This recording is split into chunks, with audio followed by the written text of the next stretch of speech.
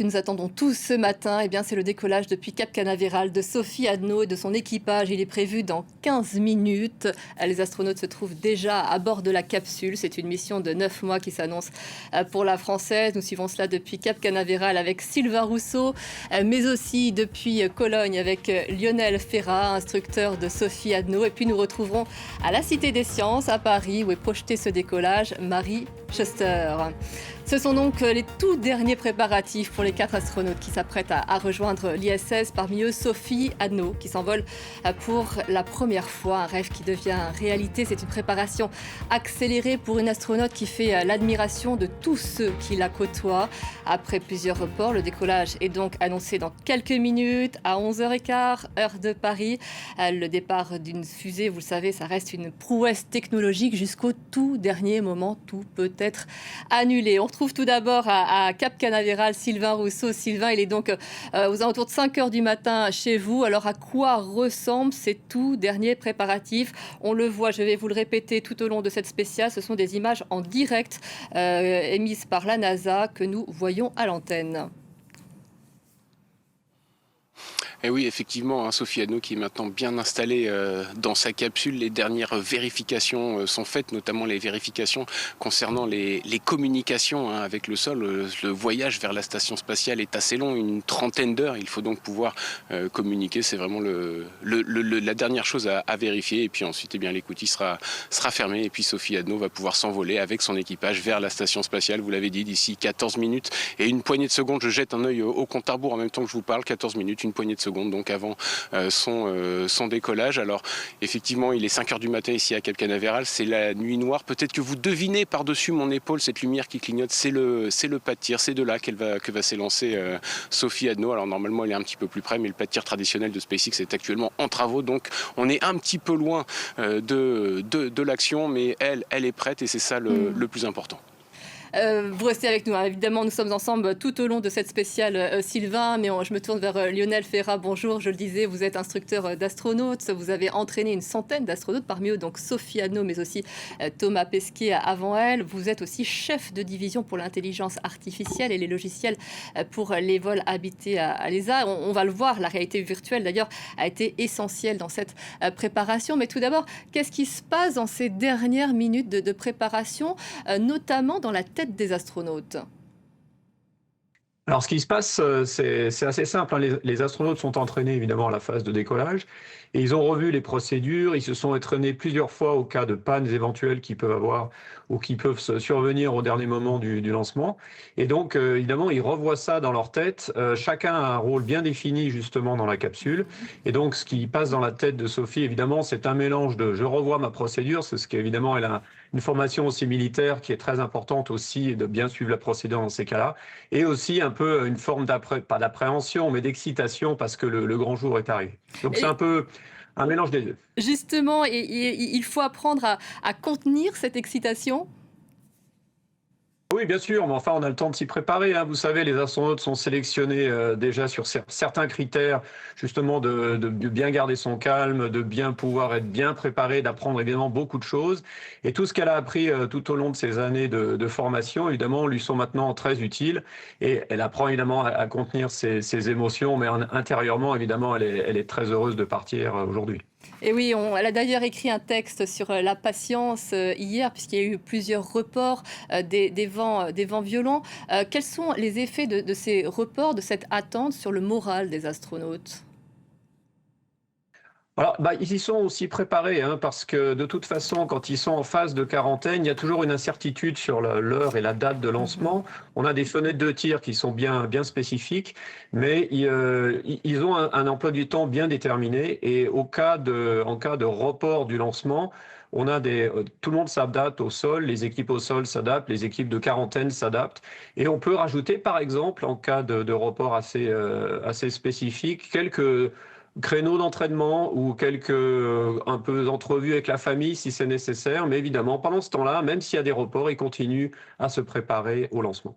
On voit le décompte hein, en direct sur l'image, encore 11 minutes et 9 secondes avant le décollage. Je le disais, jusqu'à 5 secondes du décollage, tout peut être annulé. Qu'est-ce qui peut poser problème jusqu'au tout dernier moment? Alors, évidemment, vous avez des vérifications qui sont non seulement, enfin, qui sont très automatisées à bord de la capsule. Comme le disait votre reporter, il y a tous les tests de communication qui sont faits. Et ce qui est très important actuellement, car SpaceX a un système un peu spécifique pour leur lanceur, est de remplir la fusée jusqu'au dernier instant pour gagner encore en performance. Et ça, évidemment, quand vous avez un remplissage qui se fait au dernier instant, vous pouvez avoir des problèmes de capteurs qui peuvent avoir une valeur qui est un peu hétéroclite ou un peu non attendue. Et donc là, il faudra réagir soit automatiquement, soit manuellement.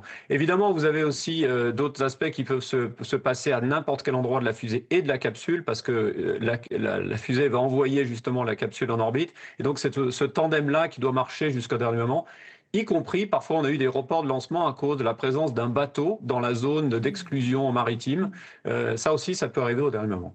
Oui, or il faut se préparer, dans le pire des cas, un amérissage d'urgence, effectivement. Il y a là d'ailleurs des astronautes, des pilotes qui se tiennent prêts à intervenir si cela s'avérait nécessaire. Vous restez avec nous, Lionel Ferrand. On va rejoindre Marie Chester qui se trouve à la Cité des Sciences de la Villette à Paris, où ce décollage donc, est retransmis. Marie, l'impatience et l'excitation, ils sont grandes, j'imagine. Oui, absolument. Environ 300 personnes se sont déplacées ici au sein de la Cité des Sciences et de l'Industrie pour voir ce décollage, la retransmission de ces décollages en direct. Vous voyez derrière moi, il y a un écran géant qui leur permet de voir ce décollage. Et parmi ces 300 personnes, la plupart sont des collégiens venus avec leurs professeurs. Et on les a vus très appliqués ce matin à remplir des questionnaires pendant la prise de parole de Raphaël Liégeois. Raphaël Liégeois, l'astronaute belgo-luxembourgeois qui doit rejoindre lui-même l'ISS d'ici le mois de septembre 2026 et qui a longuement expliqué les expériences scientifiques que fera Sophie Adno dans l'espace durant ces 9 mois de mission. On a pu également les interroger, ces collégiens, sur leurs sentiments, tout simplement, avant le décollage. On les a vus très concentrés, très appliqués à remplir ce questionnaire. On les sent passionnés de science, ces collégiens, évidemment aujourd'hui pour cet événement. Pour beaucoup, ça représente un rêve de toucher les étoiles, même s'ils restent les pieds sur terre.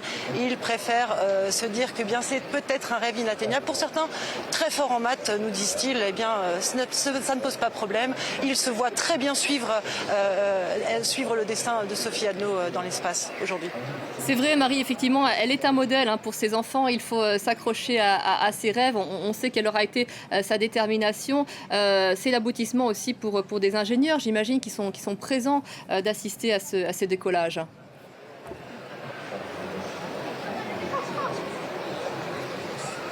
Oui, un aboutissement effectivement pour les ingénieurs. D'ailleurs, on a pu croiser également parmi le public qui s'est déplacé aujourd'hui au sein de la Cité des Sciences quelques membres du CNES. Alors effectivement, l'expérience scientifique qui sera menée par Sophie Adno, pas l'expérience, mais plus de 200 expériences scientifiques seront menées par Sophie Adno au sein de cette station spatiale, des expériences concernant essentiellement la physiologie qui seront menées de pair avec les instances et les ingénieurs ici à Paris et aussi à Toulouse. Et donc oui, c'est véritablement un événement également pour la science et pour ces ingénieurs qui ont travaillé durant de longs mois avant le lancement de cette fusée dont on attend le décollage de façon imminente. Je vous remercie beaucoup, Marie. Nous sommes à 7 minutes du décollage. On le voit sur ces images qu'on va voir plein pot là, parce que ce sont les 4 astronautes que l'on voit dans cette capsule prêts à décoller dans moins de 7 minutes à présent. Sophie Adno, donc la française, c'est son premier vol. Il y a 2 Américains, il y a un Russe aussi, qui a été changé d'ailleurs au tout dernier moment. On peut en parler avec vous, Sylvain Rousseau. Vous êtes à Cap Canaveral. Ce changement de dernière minute n'est pas si surprenant que ça, mais ça peut toujours être un peu déstabilisant quand même pour un équipage. Oui, c'est assez rare et c'est surtout la raison pour laquelle ce changement d'astronaute a eu lieu, de cosmonaute puisqu'ils sont russes, a eu lieu, qui est assez inattendu lors d'un entraînement dans les locaux de SpaceX. Eh bien, celui qui devait partir avec Sophie Adno a été surpris en train de photographier des installations, des moteurs ou encore des documents confidentiels pour essayer de les faire sortir. C'est en tout cas ce qui se dit aurait été surpris, on dit, et il a donc été exclu de l'équipage, remplacé donc effectivement par un autre autres cosmonautes qui restent malgré tout assez expérimentés. Mais je voulais revenir sur deux choses dont vous parliez avec Lionel Ferrat. Tout d'abord sur ces reports, l'influence que ça peut avoir sur le moral des astronautes. J'ai pu m'entretenir dans la semaine avec Andreas Mogensen, un astronaute danois très expérimenté, 2 voyages dans la station spatiale. Et lors de son 2e voyage, il avait été victime, si l'on peut dire, de ce report. Son vol avait été décalé de 24 heures et il expliquait que finalement c'était formidable parce que l'entraînement des astronautes, c'est quelque chose de minuté, c'est quelque chose d'extrêmement intensif. Et là, il expliquait que pour la première fois, depuis des mois peut-être, il avait eu l'occasion de se poser, de souffler, de profiter vraiment de l'instant. Il faut savoir que les astronautes en quarantaine, ils ont leur famille avec eux. Elles sortent de quarantaine un peu plus tôt, mais ils ne sont pas seuls, évidemment, en quarantaine. Et tous les différents astronautes avec qui j'ai pu m'entretenir m'ont dit sensiblement la même chose. Donc peut-être que finalement, ce report est un mal pour un bien pour Sophie Adno. C'est l'occasion de prendre conscience vraiment de ce qui se passe et de profiter finalement de ces derniers instants. Et enfin, vous parliez des possibilités de report jusqu'à 5 secondes. Il faut bien comprendre que SpaceX est une entreprise qui est extrêmement rodée. C'est un vol historique pour le lanceur, le Falcon 9. C'est le 600e décollage du Falcon 9. Donc ils savent quand même un petit peu ce qu'ils font, même si ce n'est que le 13e vol habité. En tout cas, avec le Crew Dragon au sommet. C'est Crew 12, mais il y avait eu avant le vol de certification. Et alors pour la petite histoire, c'est intéressant. Le vaisseau Dragon dans lequel va s'élancer Sophie Adno a déjà été utilisé par Crew 4. Et à bord de Crew 4, il y avait Samantha Cristoforetti. Pourquoi je vous en parle? Parce qu'il n'y a eu que 3 Européennes dans l'espace avant Sophie Adno. Samantha Cristoforetti, c'est donc une Italienne. Ça a été la première Européenne à faire une sortie spatiale. Et donc assez symboliquement, la capsule Dragon est réutilisée pour Sophie Adno. Mais voilà, c'est une journée finalement placée sous le sceau du symbole, puisque même les Tesla qui ont accompagné les astronautes jusqu'au pas de tir, avaient pour plaque d'immatriculation, il était écrit dessus bon vol en français, comme quoi on peut parler des relations franco-américaines. Il y a encore des petits signes d'amitié malgré tout ici à Cap Canaveral. Oui, malgré les attaques entre le président et Elon Musk. Nous sommes à moins de 4 minutes de ce décollage. Je me permettrai, Lionel Ferrat, ou Sylvain, de vous interrompre si vous êtes en train de parler au moment où on s'approche de ce décollage. On a envie vraiment de vivre, de ressentir ce moment. Sylvain, c'est un moment magique. On y est habitué, mais malgré tout, chaque décollage est absolument magique. Il est un peu plus de 5 heures du matin chez vous. Quelle est l'ambiance malgré tout ? Eh bien écoutez, oui, bien sûr, c'est un moment magique et c'est surtout un moment magique quand il y a des êtres humains à bord des astronautes. C'est encore évidemment, la tension n'est pas la même, les consignes de sécurité ne sont pas les mêmes. Vous parliez tout à l'heure effectivement de ces zones d'exclusion maritime, de cette possibilité que ça tourne mal, que la capsule soit éjectée du lanceur suite à un problème. C'est d'ailleurs les vents violents dans ces zones de récupération qui ont poussé à ces reports. Toutes les consignes sont la priorité des priorités, c'est vraiment la sécurité de l'équipage. Et évidemment, cela crée une vraie tension. Et c'est vrai que de plus en plus, on sent les gens qui s'arrêtent un petit peu de respirer ici au fur et à mesure que le compte à rebours s'égrène, que les minutes défilent. On est maintenant à quelques minutes seulement vraiment du décollage de Sophie Adno et de son équipage. Voilà, 2 minutes 30. Je n'arrive plus à voir le compte à rebours. Je suis désolé, je vous fais confiance. Lionel, oui, pardonnez-moi. Et effectivement, la tension commence à monter un peu ici. Au pied à Cap Canaveral, bien sûr. Lionel Ferrat, des vétérans et des novices à bord de cette capsule. Alors, donc, elle a la chance de voler justement avec Jessica Meir, qui, elle, fait un vol déjà précédemment dans l'ISS. Elle a fait aussi une sortie dans l'espace 100% féminine avec une de ses collègues il y a quelques années. Donc, c'est tout un symbole, cette mission en fait européenne avec Sophie Adno aujourd'hui.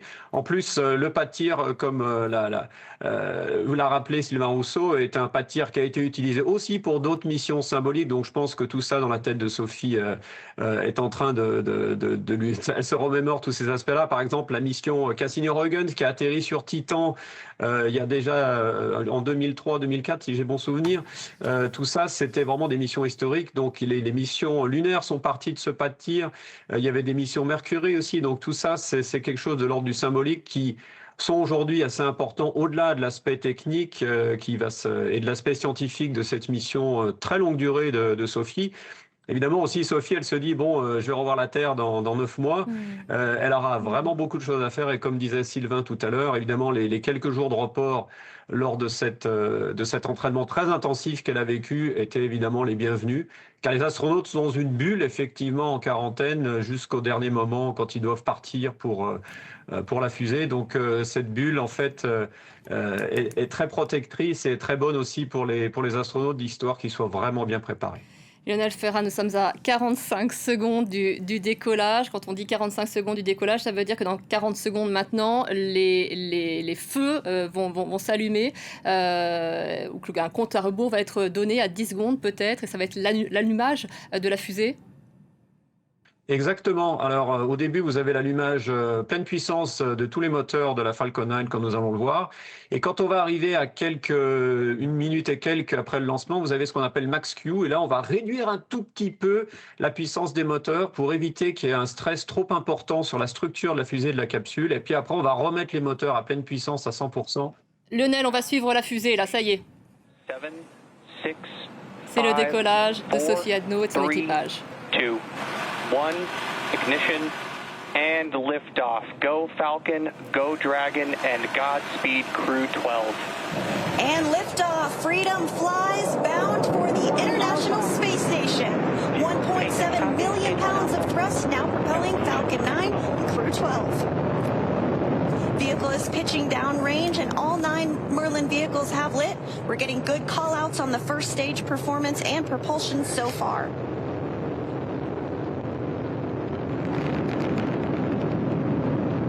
Plus 30 seconds into the Crew 12 mission on board Dragon and Falcon 9.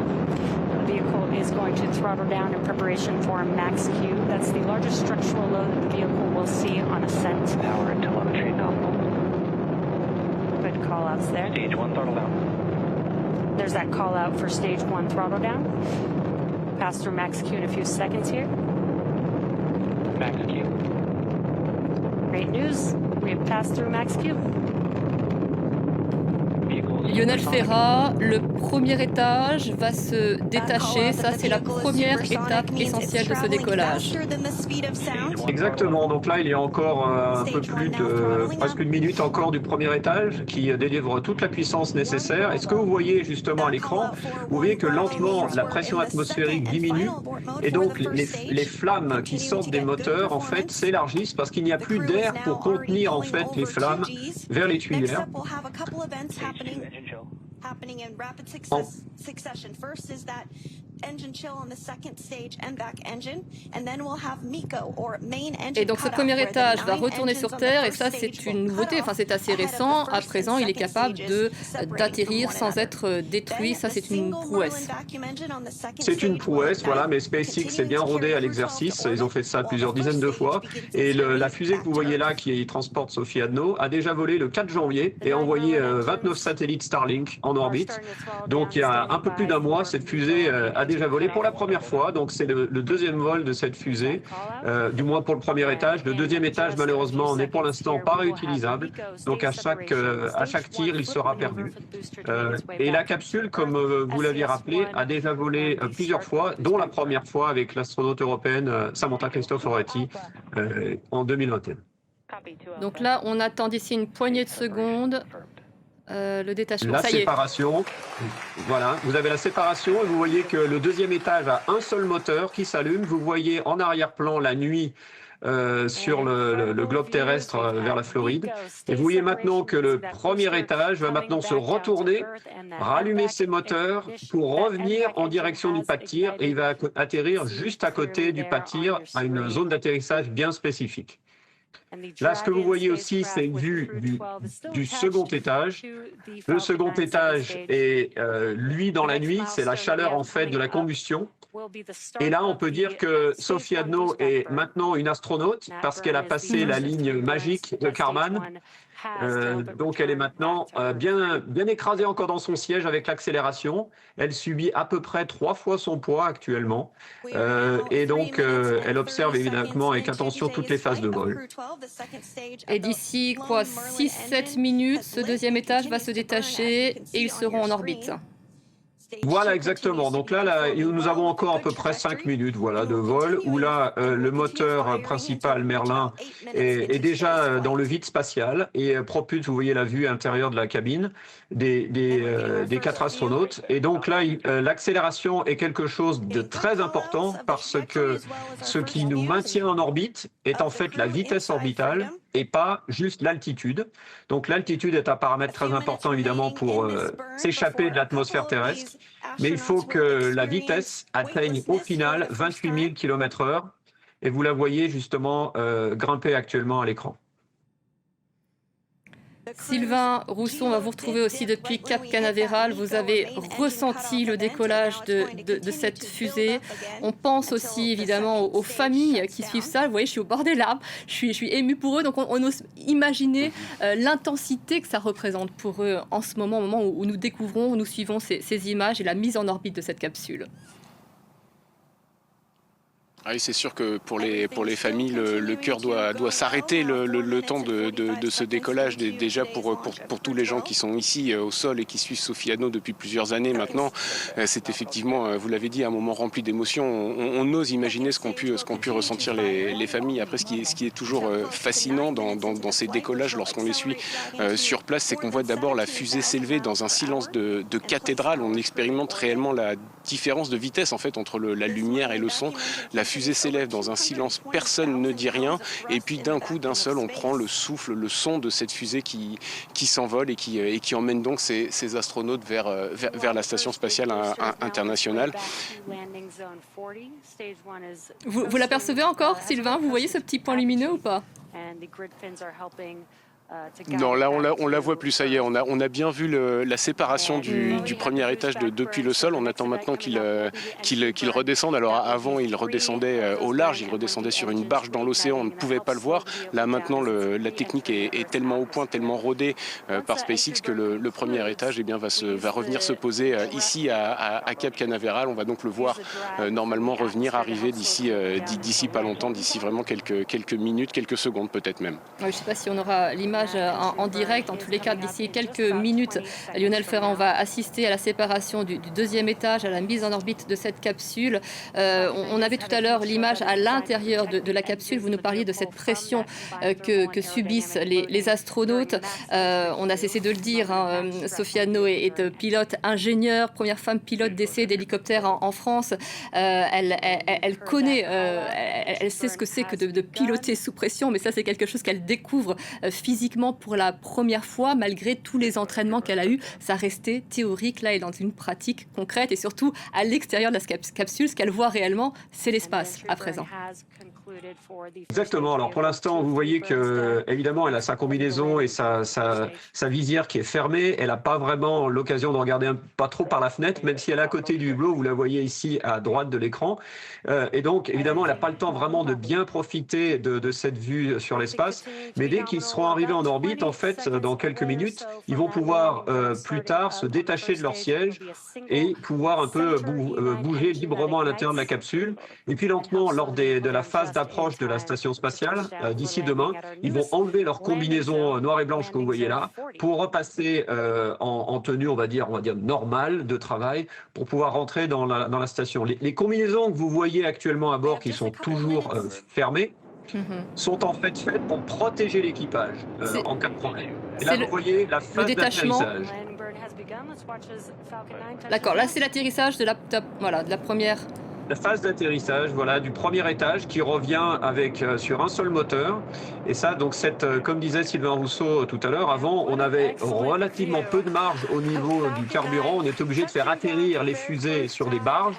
Pour les vols habités, maintenant, SpaceX a perfectionné la technique et arrive à revenir juste à côté du pack-tier, ce qui simplifie les opérations de récupération et pour le vol suivant. Ouais, on voit que c'est une précision très impressionnante, effectivement. Voilà, et donc là, ce que vous voyez encore à bord, c'est le moteur Merlin donc, qui brûle là aussi de l'oxygène et du kérosène. Donc c'est un peu comme ce que vous avez dans les avions.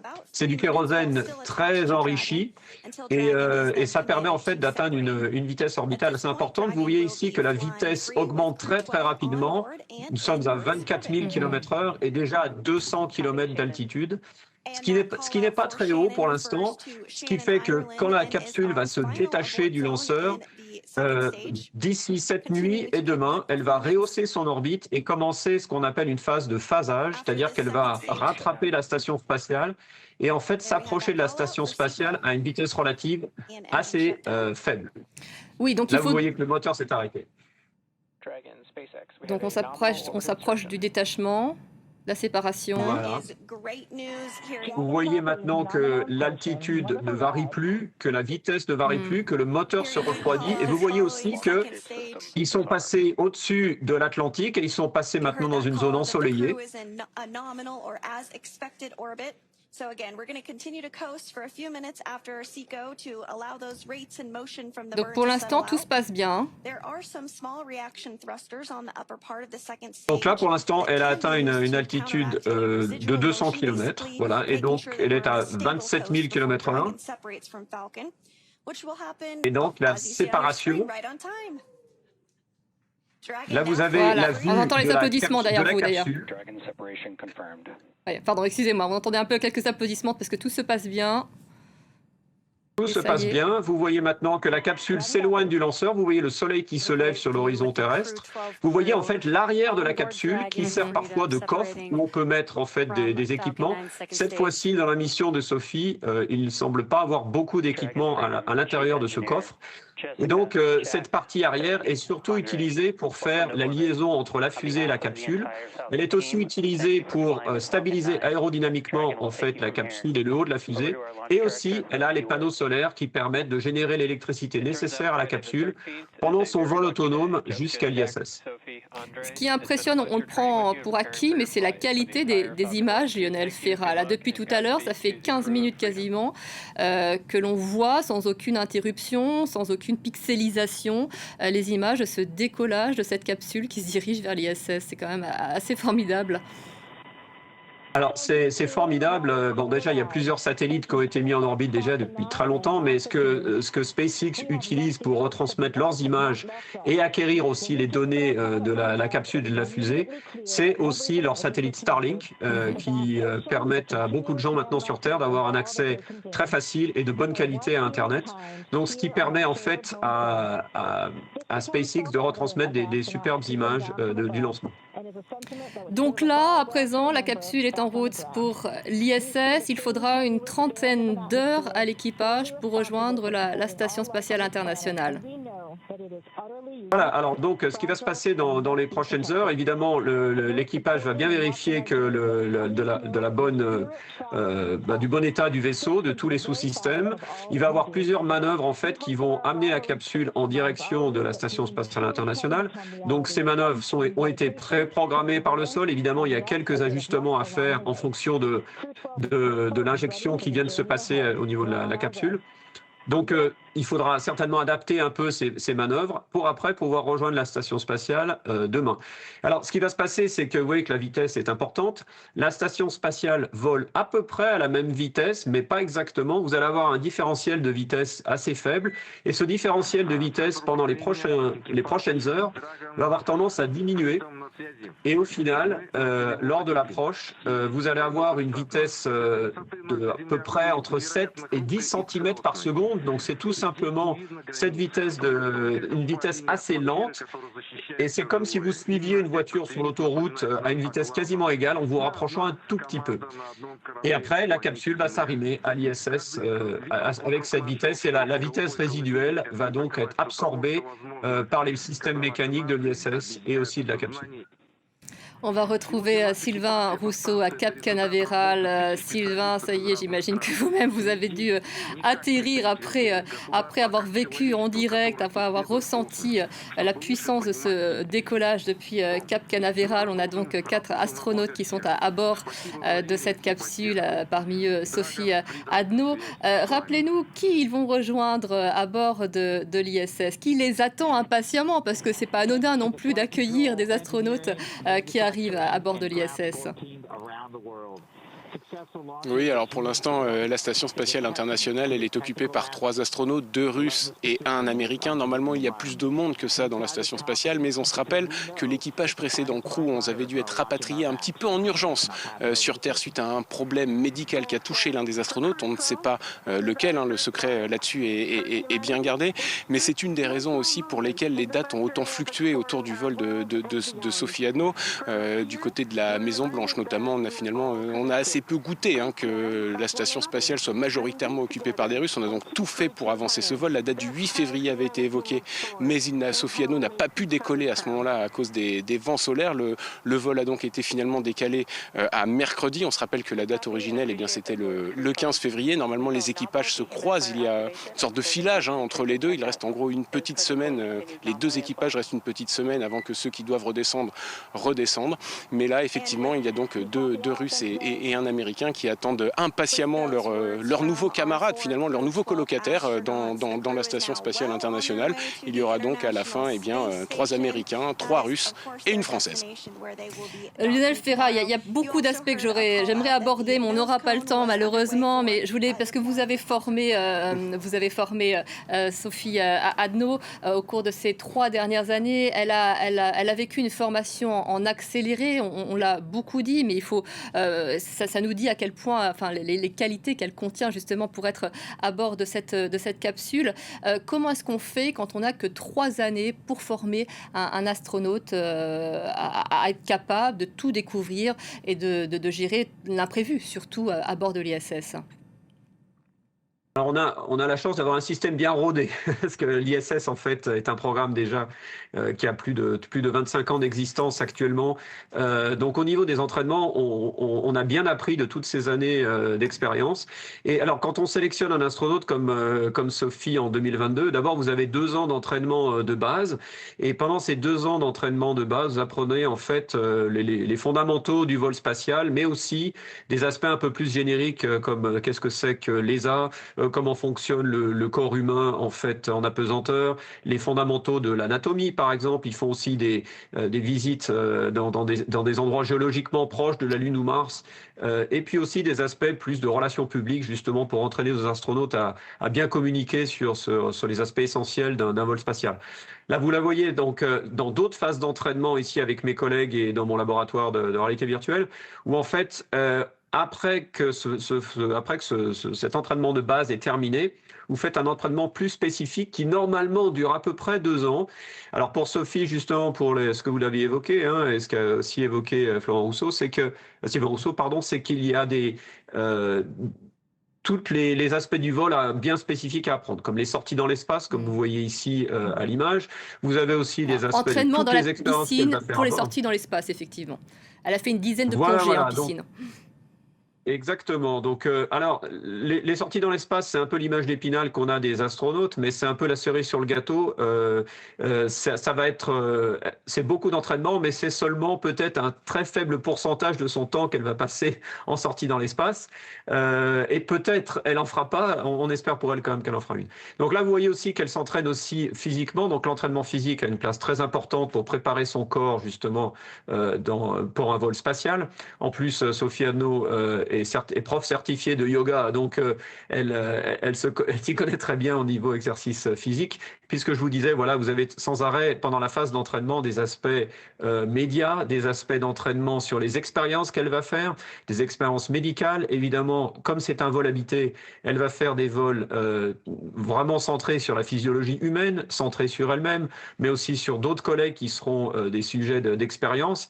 Et donc tout ça s'apprend. Ça s'apprend progressivement avec des appareils qu'elle va devoir manipuler à bord et certains appareils, elle doit commencer les expériences au sol pour avoir en fait un échantillon de référence de ce qu'elle va faire. Puis après, elle refait une partie des expériences à bord. Et puis quand elle revient, on va continuer à faire d'autres expériences pour avoir une référence après le vol, par exemple pour la décalcification osseuse, pour par exemple les adaptations de sa vision, pour tout ce qui est cardiovasculaire. Ce sont des expériences qui en général courent sur différentes périodes, bien avant, pendant le vol et après le vol.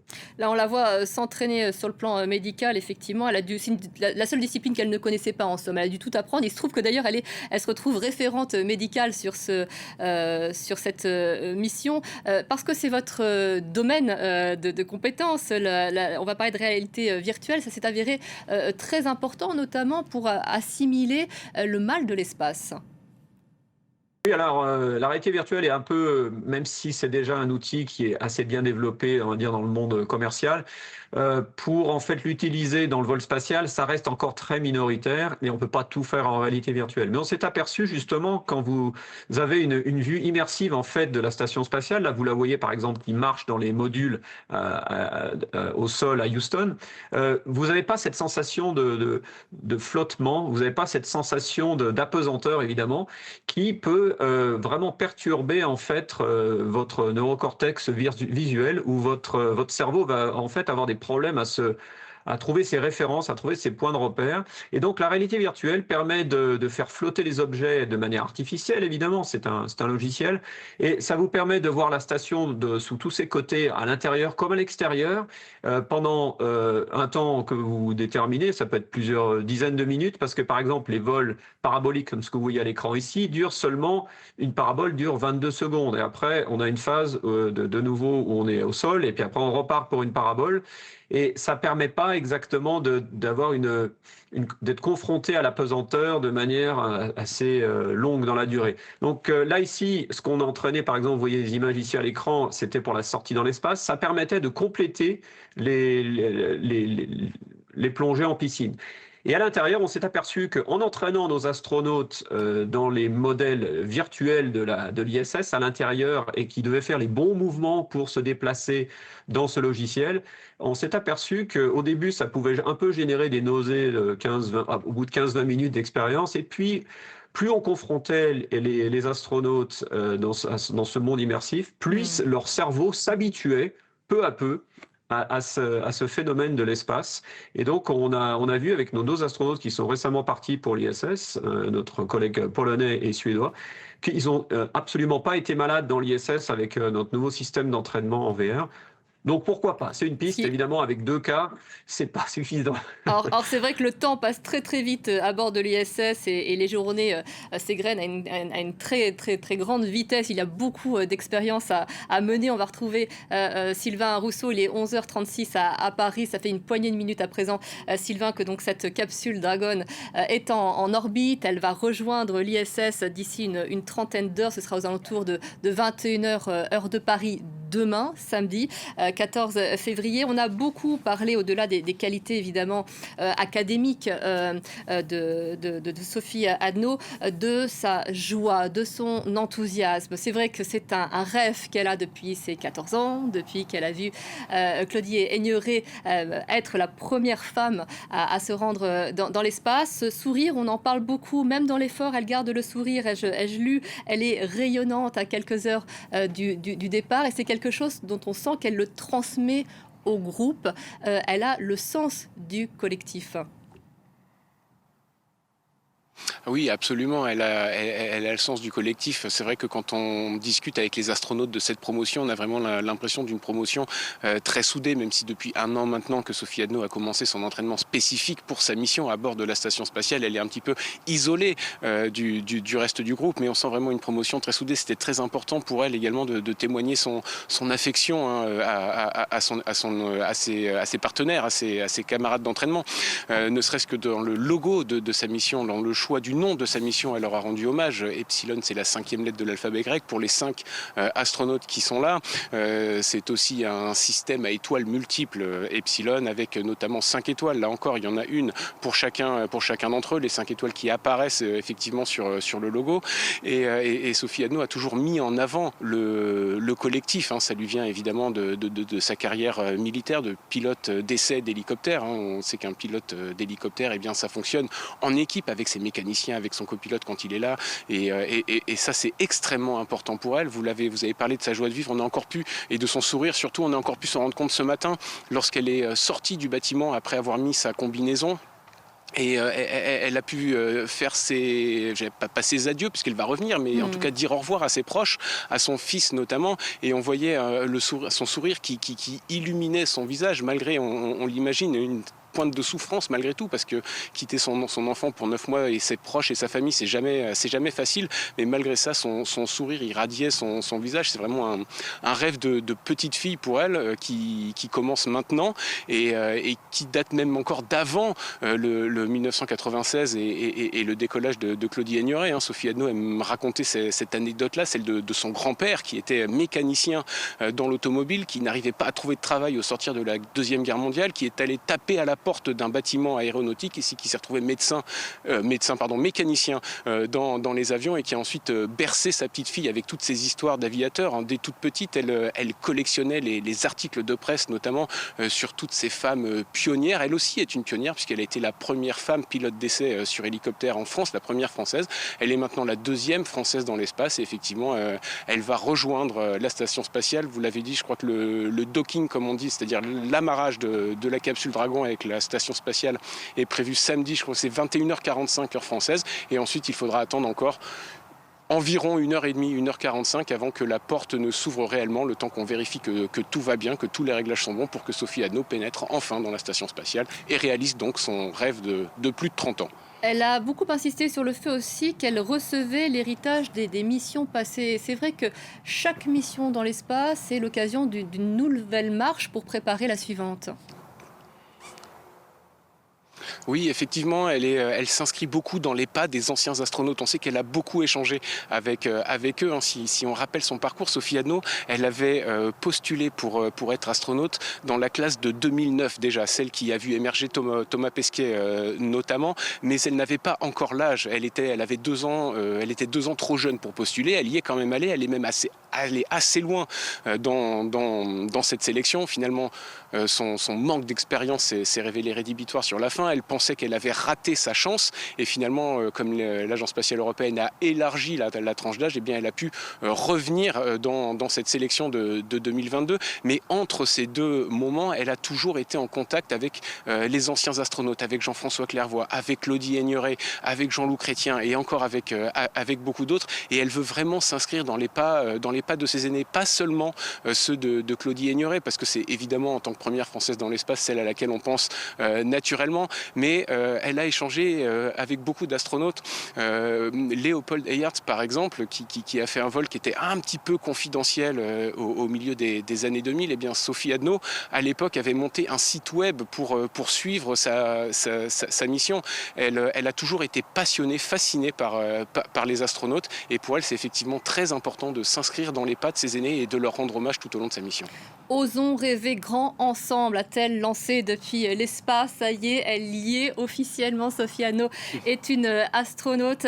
Lionel Ferrat, ce sera ma dernière question. On va bientôt se quitter. Comment va se faire à présent ce lien entre l'espace et le sol? Vous allez travailler en binôme ces 9 prochains mois. Exactement. Alors, ce qu'il faut bien comprendre, c'est que la vie à bord de l'ISS, c'est un monde distribué. Vous avez toutes les expériences américaines, donc ce sera géré par Houston. Vous avez toutes les expériences européennes et françaises, ce sera géré donc par l'ESA et par le CNES à Toulouse. Et puis, vous avez aussi tout un aspect d'autres expériences qui seront japonaises. Donc, en fait, le sol, c'est vraiment la Station spatiale internationale. Il y a le I international dans le nom. Et vous avez toutes ces agences qui collaborent, en fait, au sol, mais aussi dans l'espace. Et donc, Sophie va représenter représenter l'Europe dans l'ISS pendant ces 9 mois de mission. Elle va faire des expériences européennes, oui, et françaises, mais elle va aussi faire beaucoup d'expériences américaines, canadiennes, aussi japonaises, avec toutes ses autres collègues. Donc c'est pas juste un binôme, c'est vraiment un monde multipolaire, on va dire, dans le fonctionnement de l'ISS. Et qui fait du bien dans un monde géopolitique qui, lui, est plus vraiment multilatéral, ou prône le multilatéralisme. On va retrouver Marie Schuster depuis la Cité des Sciences à la Villette à Paris. Marie, on imagine que les enfants, notamment, qui étaient très présents pour suivre cette retransmission du décollage, ont été éblouis par ce moment. Oui, absolument.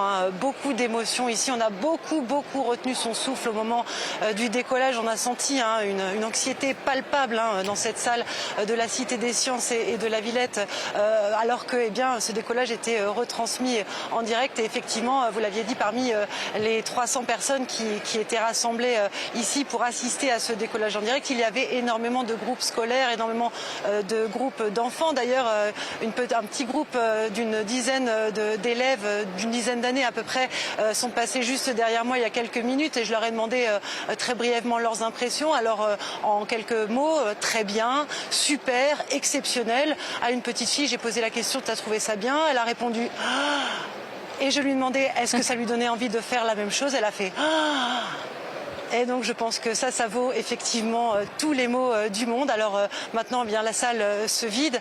Je peux vous proposer d'écouter quelques-uns des collégiens, des gens plus âgés que nous avons pu rencontrer juste avant le décollage et qui eux aussi rêvent de toucher les étoiles, même s'il reste évidemment les pieds sur terre, car il faut bosser les maths un peu. C'est un rêve de petite fille pour moi. Ça fait depuis que j'ai 7-8 ans que mes parents ils me parlent du spatial, tout ça. Donc si jamais j'avais l'occasion, oui, je pense que je serais prête à faire les sacrifices. Plus je grandis, plus je vois toutes les choses qu'on a à apprendre sur l'univers, mais il y a aussi vraiment le côté, quand on voit les photos de l'univers, c'est très beau. Et c'est un monde inconnu, donc je pense que c'est un peu un mélange de tout. Il y a vraiment la curiosité scientifique et aussi la curiosité, je pense un peu la curiosité des enfants, je suis encore jeune, mais que j'ai gardé là-dessus. Garçon et là c'est une fille.